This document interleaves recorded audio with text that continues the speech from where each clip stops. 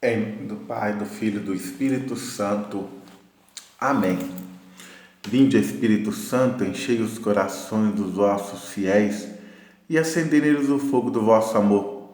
Enviai, Senhor, o vosso Espírito e tudo será criado e renovareis a face da terra.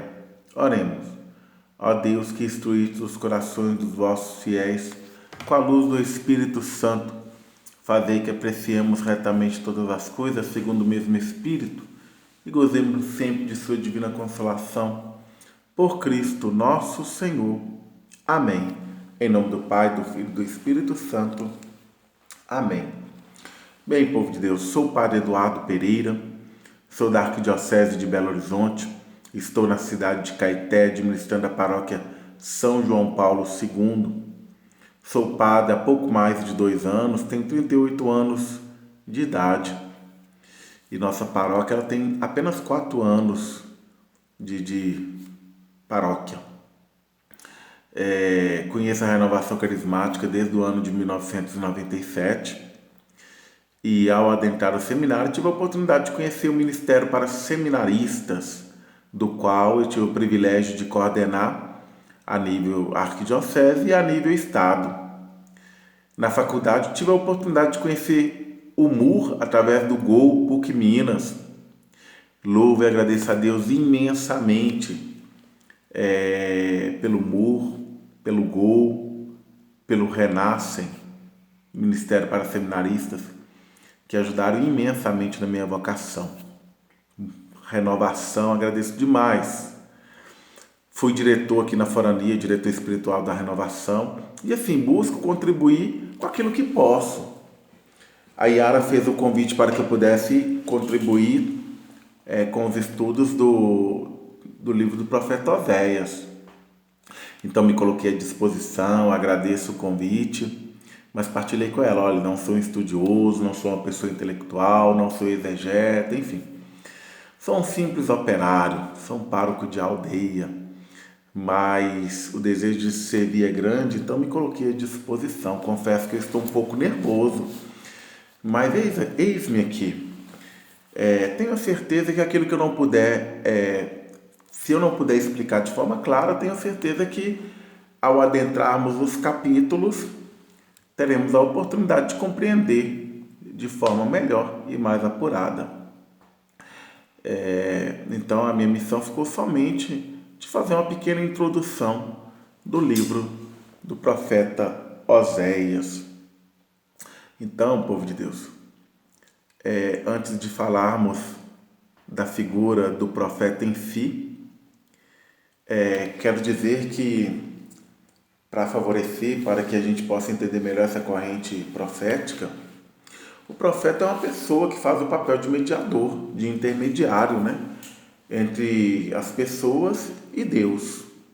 Uma missão singular, onde através do anúncio daquilo que ele recebe do Senhor, ele vai favorecer, enriquecer e motivar, sustentar a fé das pessoas. No hebraico encontramos definições relativas à pessoa do profeta, como um vidente, como um adivinho, como uma pessoa em transe, ou seja, o profeta faz uma experiência tão profunda de Deus que até mesmo ele em alguns livros, ele é considerado como alguém em transe. No geral, um homem de Deus. O grego traz uma definição um pouco mais específica, como porta-voz. Porta-voz da mensagem do Senhor. Então você que é chamado a essa nobre missão, você é um porta-voz do Senhor. E é a Ele que você deve anunciar, tomando cuidado com aquilo que é seu, as emoções, pensamentos, preocupações, para que você seja um porta-voz da mensagem do Senhor. E essa mensagem precisa acontecer com muita transparência para que ela possa adentrar os corações e fazer morada. Bem, povo de Deus, o livro do profeta Oséias, ele pertence a uma coleção conhecida como 12 profetas, os 12 profetas, ou profetas menores. Isso não se dá devido ao ao grau de relevância do livro, mas por um critério simples, talvez aí a quantidade de escrita que o livro nos traz. É um livro, digamos assim, mediano, de médio porte, de médio para pequeno porte. Não é um livro muito grande, não, de apenas 14 capítulos. O autor ele vai se servir aí da narrativa de forma profética e também de forma poética. De vez em quando o texto se torna um pouco mais conciso e até mesmo alguns momentos com de certa forma, uma difícil interpretação. Por isso que é muito importante, antes de fazer a leitura do livro do profeta Oséias, ou de toda a palavra de Deus, mais precisamente, a gente rezar, a gente pedir a Deus o discernimento e a compreensão, para que a palavra de Deus ela possa se frutificar em nossos corações. Bem, povo de Deus, o profeta Oséias ele vai exercer seu ministério profético no Reino do Norte, por volta dos anos 782 a 753. O livro reflete também a época posterior à queda da Samaria, por volta de 722. E, de certa forma, sua voz vai ecoar e alcançar também o Reino do Sul, até mesmo posterior a esse período. E ele vai trazer aí também esse contexto aproximados ali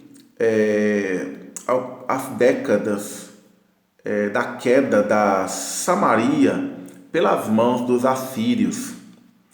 Durante esse período, o reino estava na mão de Jeroboão II e a nação em plena decomposição. Logo após os assírios tomarem posse, invadirem Israel, aí vamos perceber um contexto aí de cada vez mais sofrendo ameaças advindas do contexto assírio, Então eles vão sofrer influência na política, eles vão sofrer influência na religião, eles vão sofrer influência na cultura e tudo isso que veio de fora e adentra a cultura de Israel vai fazer com que o povo gradativamente se torne infiel à vontade do Senhor. Que o povo perca o olhar ao Deus único e soberano. E é por isso que o profeta vai denunciar aí essa infidelidade, esse pecado de Israel, esses desvios morais, intelectuais e religiosos do povo de Israel. Bom, o livro também ele vai trazer um contexto de desigualdades sociais, advindas justamente pela invasão dos assírios. Desigualdades essas que já eram denunciadas pelo profeta Amós, mas que vão se agravar aí no contexto do profeta Oséias. E, sobretudo, a fé do povo de Deus ela vai passar por uma grave crise. A religião cananeia vai exercer aí grande influência sobre a fé no Deus único e soberano. E isso vai prejudicar imensamente, favorecendo o pecado e os desvios, de Israel. Alguns temas são recorrentes aí no livro do profeta Oséias. Vemos aí a experiência conjugal de Oséias, que é a sua mensagem central. São frequentes também no livro algumas imagens referentes ao mundo vegetal, a chuva e orvalho, ao semear e ao colher, a uva e o vinho. São temas aí recorrentes também dentro do livro do profeta Oséias. O profeta também vai denunciar a situação de Israel e vai demonstrar também o significado espiritual da presença de Deus com o seu povo. Esse Deus que é Pai, então vai ficar evidente aí uma paternidade de um Deus que é sempre fiel ao seu povo, que infelizmente é infiel, que desvia, que se afasta. E as raízes longínquas dessa infidelidade do povo de Deus serão denunciadas, os pecados serão denunciados pelo profeta. Bom, hoje não está tão diferente assim não, A nossa infidelidade, esse contexto de pandemia aí, muitos reclamando, e com razão, mas muitos até mesmo se afastando. Nós somos infiéis, mas mesmo assim Deus permanece fiel. É muito importante a nossa obediência, o nosso cuidado, o nosso zelo, na certeza de que o Senhor permanece conosco. Muito em breve retornaremos às nossas capelas, à Santa Missa. Sejamos fortes porque o Senhor caminha conosco. E por fim também, o profeta vai evidenciar aí o amor de Deus que permanece sempre com o povo de Israel. Bom, o profeta vai prever aí as consequências das atitudes infiéis do seu povo e também as consequências do contexto assírio que vai adentrar o contexto de Israel. E com isso a política vai sofrer influência, os contextos morais do povo também vão sofrer influência. E, de certa forma, Israel será esmagado pelos assírios, infelizmente. E seus chefes serão deportados. E os que escaparem vão procurar refúgio no Egito. O profeta vai vivenciar tudo isso na pele, pessoalmente, fazendo essa experiência dramática aí e quase absurda também no seu casamento, onde sua esposa lhe era infiel.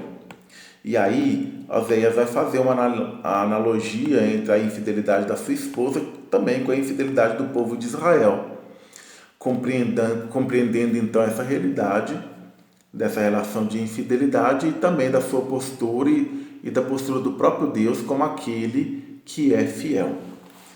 A esposa então vai simbolizar aí a relação de Deus com o seu povo, né? Que é o povo sempre fiel e Deus como sempre fiel. Essa experiência fazia parte da vocação então do profeta.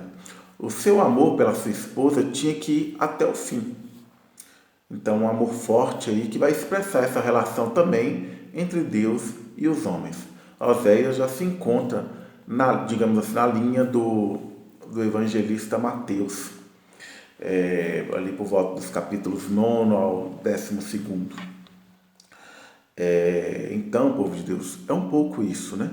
O profeta vai evidenciar, o livro vai evidenciar essa temática, que com certeza será enriquecida dentro de cada um dos capítulos, quando os irmãos forem explicando, irmãos e irmãs. E para nós cabe ressaltar que é um livro importante para a gente ainda hoje, um livro super atual, uma realidade que muitos de nós enfrentamos e que cabe a gente ter a certeza de que o Senhor caminha sempre conosco. Meu muito obrigado.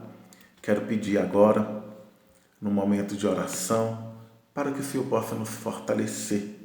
Convido para que você possa, aproveitando esse momento final, abrir o seu coração para rezar conosco. Deus Pai de infinita bondade e misericórdia, Deus grandioso, Deus sábio, Deus amoroso, que jamais nos abandona. Que através das narrativas, dos estudos do livro do profeta Oséias, possamos, Senhor, reconhecer a Tua presença conosco. Possamos renovar a nossa caminhada cotidianamente, para que possamos estar em Ti, para que jamais desanimemos da caminhada, para que o Senhor possa adentrar os nossos corações, fazer morada, para que a nossa prática cotidiana seja segundo a vossa vontade e o teu querer. Te agradeço, Senhor, por tantos irmãos e irmãs que cotidianamente vêm buscando conhecimento sobre o Senhor, querendo te servir na autenticidade e na simplicidade. Peço que o Senhor possa ir de encontro a cada um, abençoando, curando, libertando e restaurando, pois o Senhor é fiel, o Senhor jamais nos abandona.